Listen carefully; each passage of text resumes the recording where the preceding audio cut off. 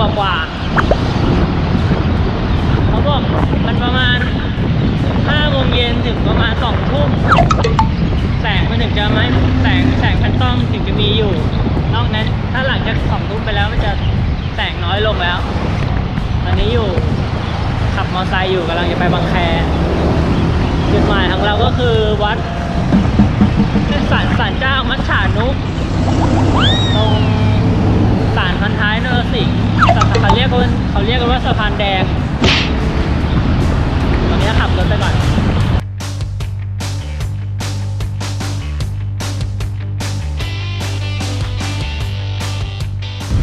เกือบทุ่มเลย10 นาทีทุ่มนึงน่าจะทันอยู่อ่ะเหลือเวลา1 ชั่วโมง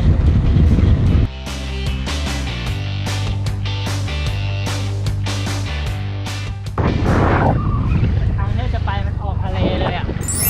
ติดทะเลก็เห็นป้ายมาแล้วเข้ามาทางศาลเจ้าพ่อมัจฉานุ7 กิโลอันนี้ก็ทางตรงๆโล่งๆมีไฟนิดหน่อย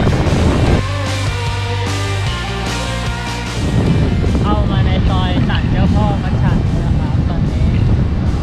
สังเกตได้ว่ามีรถเข้าออกอยู่ค่อนข้างเยอะพอสมควรนะตอนนี้เห็นจากฝั่งตรงข้ามดูมีรถสวนมาตลอดเวลาเลย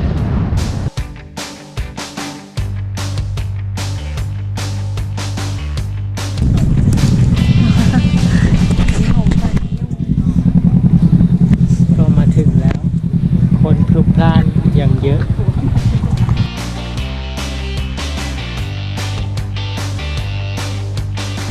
อันนี้คือบรรยากาศในรูปที่เขาบอกว่ามีแสงแพลงก์ต้นเรืองแสงเราจะไปดูกันว่าในรูปนี้คือมุมไหน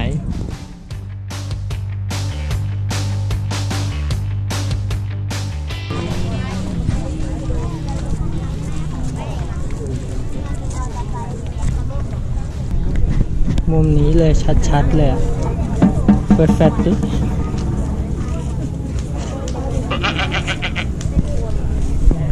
ไม่เห็น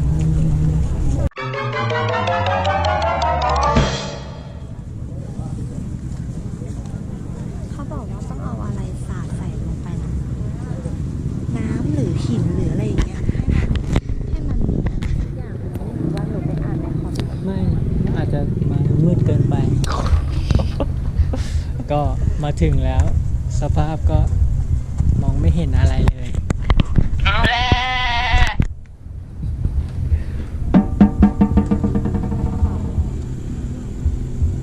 นี่บนสะพาน สะพานแดง สะพานแดงด้วย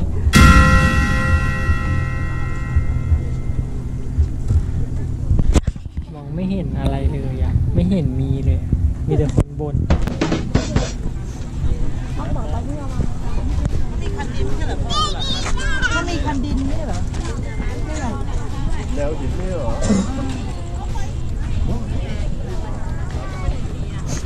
บรรยากาศเลยกับถนนคนเดินมีแต่คนแต่ก็น่าเสียดายที่มันไม่เจออะไรเลย